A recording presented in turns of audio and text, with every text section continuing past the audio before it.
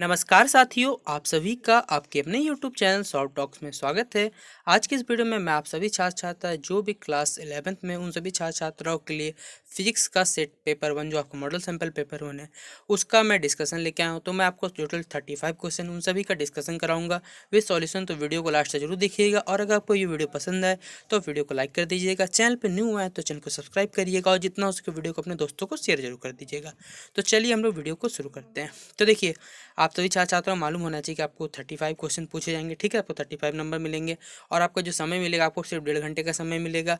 हर आपको एक क्वेश्चन पे ठीक है 1 मार्क्स मिलेंगे और एक कोई भी नेगेटिव मार्किंग नहीं। आप सभी छात्रों की अच्छी बात है। और एक क्वेश्चन का आपको 4 ऑप्शन मिलेंगे। ठीक है, तो ये सब बेसिक डिटेल्स थे। अब हमने चलिए शुरू करते वीडियो को। पहला ही हमारा क्वेश्चन है कि which of the following is a characteristics of unit. ठीक है, इनमें से कौन सा है आपका इकाई की क्या विशेषता है। The unit must be universally accepted, it must be invariable and well defined, it must be suitable size and easily available, या फिर D all of the above. तो देखिए, एक यूनिट के देखिए क्या क्या गुण होते हैं, क्या विशेषता होती है, कैरेक्टरिस्टिक होती है, वो आपको बताना। तो देखिए, आपको हिंदी में जो छात्र है वो हिंदी में पढ़ लीजिएगा। यूनिट क्या होता है, वो हमेशा यूनिवर्सल एक्सेप्ट हो, ये सही बात है। इट मस्ट बी इनवेरिएबल, ये बदलना नहीं चाहिए, और वेल डिफाइंड होना चाहिए, ये बात भी सही है। इट मस्ट बी सुटेबल, इसका एक सुटेबल साइज होना चाहिए, और इजिली अवेलेबल होना चाहिए। ये सारी की सारी बातें क्या देखिए यहाँ पर सही है, इसलिए इसका जो ऑप्शन टिक करेंगे वो होगा ऑप्शन नंबर डी। ठीक है, जो हिंदी की छात्र है वो हिंदी में टिक जरूर कर लीजिएगा। अगला देखिए कितना इजी क्वेश्चन पूछा गया कि the dimensional formula of gravitational constant है। ये आपको मालूम होना चाहिए कि m1 l1 T square m1 l to the power -2 T to the power -2 m-1 l³ T to the power -2, या फिर m1 T l to the power 5 T के पावर। देखिए, तो इसका भी आप सही छात्र तो मालूम होना है कि जो ग्रेविटेशनल कांस्टेंट का डायमेंशनल फॉर्मूला होता है वो क्या होता है आपका m to the power -1 l³ T to the power -2। तो ऑप्शन नंबर क्या होगा, सी इसका सही जवाब हो जाएगा। अगला क्वेश्चन देखिए कि which one of the following pair has the same dimension. इसमें से कौन सा ऐसे पेयर है जिसका सेम डायमेंशन जो होता है वो सेम होता है। Specific head at latent heat, या फिर impulse and momentum, surface tension and force, या फिर moment of inertia and torque. जो भी छात्र छात्र हैं हिंदी में मैं उनको समझा देता हूँ कि ऐसे कौन से जोड़े हैं जिनकी बीमारी क्या है, समान है। विशिष्ट ऊष्मा और गुप्त ऊष्मा, आवेग और संवेग, पृष्ठ तनाव एवं बल, एवं या फिर जड़त्व आघूर्ण और बलाघूर्ण। तो देखिए, इसका जो आंसर होगा वो क्या होगा आपका, सरफेस टेंशन और फोर्स, इन दोनों का डायमेंशन क्या होता है, सेम होता है। तो यहाँ पर ऑप्शन क्या हो जाएगा, ऑप्शन नंबर सी सही हो जाएगा आपका जवाब। ठीक है, अब हम लोग बढ़ते हैं अपने अगले क्वेश्चन पे कि which of the following are not unit of time. देखिए, इसमें से कितना ये क्वेश्चन पूछा है कि टाइम का कौन सा यूनिट नहीं होता। आप बचपन से पढ़ते हैं सेकेंड, पार्सेक, ईयर, या फिर आपका लाइट ईयर। तो आपको मालूम होना है ये सारे के सेकेंड हो गया, पार्सेक, ईयर, ये सारे के सारे आपके क्या है, टाइम के यूनिट है। लेकिन जो लाइट ईयर है वो आपका यूनिट नहीं है, किसका, समय का यूनिट नहीं है। इसलिए हम टिक करेंगे लाइट ईयर, और हिंदी में जो साथ साथ है वो प्रकाश वर्ष टिक कर लीजिएगा। अगला देखिए, the SI unit of torque is. Torque का देखिए एसआई यूनिट क्या होगा आपको बताना है कि न्यूटन मीटर हो गया आपका, केजी मीटर स्क्वायर पर सेकेंड, केजी मीटर पर सेकेंड, या फिर आपका केजी स्क्वायर मीटर स्क्वायर पर सेकेंड। तो देखिए, इसका जो आंसर होगा वो होगा आपका ऑप्शन नंबर डी, यानी क्या हो जाएगा, केजी स्क्वायर मीटर स्क्वायर पर सेकेंड। ठीक है, देखिए अगला क्वेश्चन हमारा कि the slope of velocity time graph gives. Velocity time graph हमें क्या बताता है, डिस्प्लेसमेंट, वेलोसिटी, एक्सलेशन या फोर्स। आपने क्लास 9 से ये चीज़ पढ़ के रखी है कि वेलोसिटी टाइम ग्राफ हमें क्या बताता है, डिस्प्लेसमेंट बताता है। यानी जो वेग समय ग्राफ होता है वो क्या बताता है, विस्थापन बताता है। तो ये इजी क्वेश्चन आप सभी छात्र छात्रों के लिए।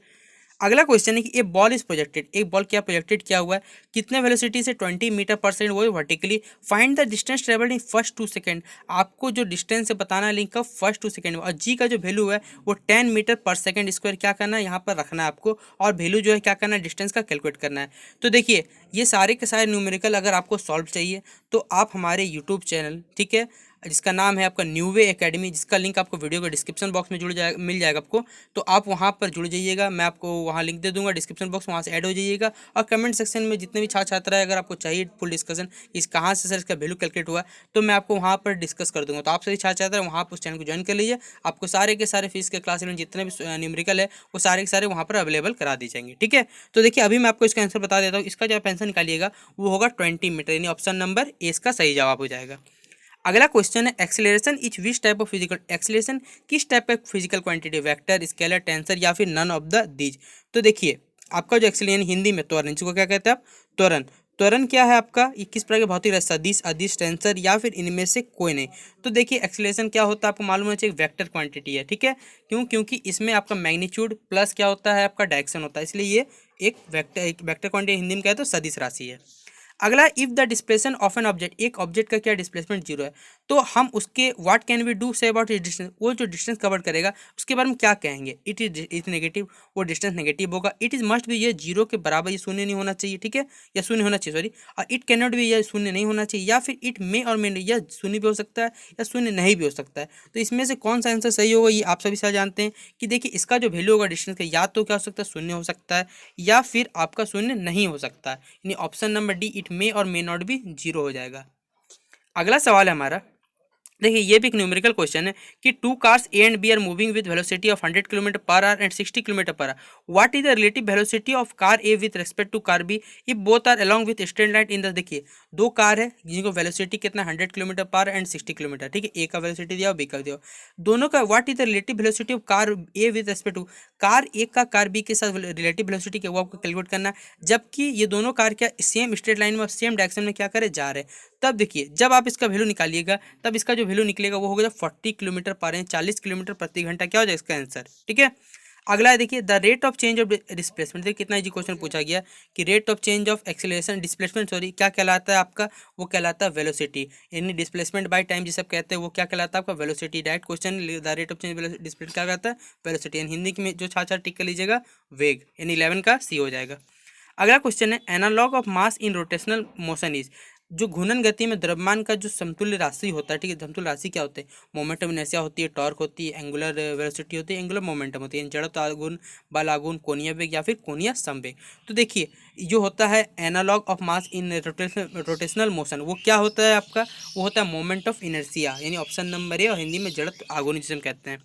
अगला क्या है देखिए, two bullets are fired simultaneously, दो बुलेट है क्या, दो बुलेट आर फायर्ड, एक ये दो बुलेट क्या एक ही जगह से क्या स्थान से चलाई जाती है, विद डिफरेंट, दोनों का स्पीड क्या है, फ्रॉम द सेम प्लेन, एक ही स्थान से क्या होती है वो चलती है। Which bullet will hit the ground, मतलब कौन सा बुलेट है जो सबसे पहले क्या होगा जमीन से टकराएगा, the slower one, the faster one, both with each simultaneously, या फिर डिपेंड ऑन देयर मासेस। तो देखिए ये आप जब जो दोनों के दोनों बुलेट है वो क्या देखते हो जमीन से पहले कौन टकराएंगे, ये बताएं कौन सी गोली जो सबसे पहले क्या है जमीन से टकराएगी, तो दोनों क्या है, दोनों एक साथ पहुंचेंगे, mono both will reach simultaneously, option number क्या हो जाएगा आपका सी सही जवाब हो जाएगा। अगला क्वेश्चन है which of the following operation between the two vectors can yield a vector perpendicular to either, दो सदिश राशि वेक्टर के बीच निम्नलिखित किस संचालन कर जो सदिश राशि मिलेगा वो दोनों सदिश पर लंबवत होगा, ठीक है, एडिशन पे, सब्ट्रैक्शन पे, डॉट स्ट्रक्चर, डॉट प्रोडक्ट पे, या फिर आपका क्रॉस प्रोडक्ट पे। तो देखिए इसका जो आंसर होगा वो होगा आपका डॉट प्रोडक्ट, क्या हो जाएगा नहीं जिससे आप कहते हैं स्केलर प्रोडक्ट, यानी 14 का हम क्या टिक करेंगे ऑप्शन नंबर सी, हिंदी में क्या टिक है सी नंबर। अगला क्वेश्चन है कि the moment of inertia of a body does not, moment of inertia और किसी बॉडी के किस पे डिपेंड नहीं करता ये बताना है, मास पे, the axis of rotation of the body, या फिर the distribution of mass in the body, या फिर the angular velocity of the body. तो मोमेंट ऑफ इनर्शिया किस पे डिपेंड नहीं करता, आपको मालूम होना चाहिए कि किस पे डिपेंड नहीं करता, एंगुलर वेलोसिटी पे, यानी कोणीय वस्तु का जो कोणीय मान होता है उस पर यह डिपेंड नहीं करता है, ठीक है। अब हम अगले क्वेश्चन बढ़ेंगे कि the horizontal range of the projectile is maximum when the angle, जो हॉरिजॉन्टल रेंज में प्रोजेक्टाइल मैक्सिमम होता है जब एंगल ऑफ पोजीशन क्या होता है 40 डिग्री, 45 डिग्री होता है, 60 डिग्री, 90 डिग्री होता है, या फिर नन ऑफ दीज। तो देखिए इसका जो आंसर होगा वो क्या होगा 45 डिग्री, इसका सही आंसर हो जाएगा। अब देखिए अगर आपको इसका कैलकुलेटिव वैल्यू की एंगल कहाँ से आया, तो आप हमारे चैनल पे जो मैं आपको नाम बताया न्यू एकेडमी, वहाँ पर जुड़ जाइएगा, वहाँ पर पूरे डिटेल में आपको बताइए इसका वैल्यू कहाँ से हमने कैलकुलेट किया है, ठीक है। अगला सवाल है हमारा कि which of the following remains constant for a projectile motion, ठीक है, इसमें से कौन सा constant projectile motion, kinetic energy, momentum, horizontal component of velocity, या फिर vertical component of a velocity. तो देखिए इसका जो आंसर होगा कौन सा रिमेन जो हमेशा कांस्टेंट रहता है प्रोजेक्टाइल मोशन के लिए वो होता है हॉरिजॉन्टल कंपोनेंट ऑफ वेलोसिटी, ठीक है, यानी वेग का क्षैतिज घटक हो जाएगा इसका आंसर, 17 का सीएम टिक करेंगे। अगला क्वेश्चन हमारा व्हेन अ बस सडनली टेक्स अ टर्न, एक बस क्या होता है अचानक का टर्न लेती है, the passengers are thrown outwards, जो पैसेंजर रहते हैं वो बाहर की ओर क्यों फेंके आते हैं, inertia of motion, acceleration of motion, speed of motion, या फिर बोथ बी एंड सी। तो देखिए आप सभी छात्र छात्राओं ने क्लास 9 में ये क्वेश्चन पढ़ा होगा कि जब कोई भी बस क्या होता है अचानक टर्न लेती है तो यात्री बाहर की क्यों फेंके आती है, क्योंकि वो इनर्शिया ऑफ मोशन कारण होता है और एक्सेलरेशन के कारण होता है, इन्हें जिसका आंसर टिक करेंगे वो क्या हो जाएगा both B and C, sorry acceleration option number A नहीं होगा, एक्सेलेरेशन ऑफ द मोशन होगा और स्पीड ऑफ द मोशन होगा, यानी क्या हो जाएगा ऑप्शन नंबर डी हमारा सही जवाब, ऑप्शन बी और सी इसका आंसर सही जवाब होगा, ठीक है।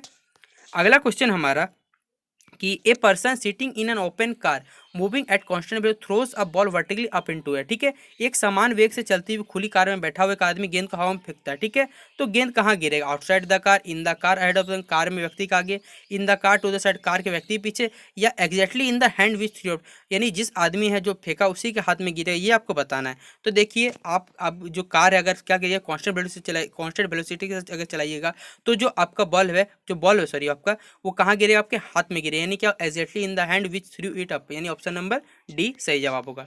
अगला है a force of 5 Newton acts on a body of mass 1 kilo. देखिए इतना क्वेश्चन है, एक्सीलरेशन आपको कैलकुलेट करना है, आप निकाल सकते हैं, आपको बहुत ही आराम से आता होगा कि फोर्स बराबर क्या होता है? Mass into acceleration. तो आप वहाँ से कैलकुलेट कर लीजिएगा कि आपका जो वैल्यू होगा वो क्या होगा, आपको यूनिट मालूम होना चाहिए। सारे के सारे देखिए क्वेश्चन कितने इजी पूछेंगे, हम डायरेक्ट टिक करेंगे इसका 5 मीटर पर सेकेंड स्क्वायर। ठीक है, अगला विच of the following is self adjusting force, इसमें से कौन सा एक है सेल्फ एडजस्टिंग फोर्स है? स्टैटिक फ्रिक्शन है, limiting value of static friction, kinetic friction, या फिर स्लाइडिंग फ्रिक्शन।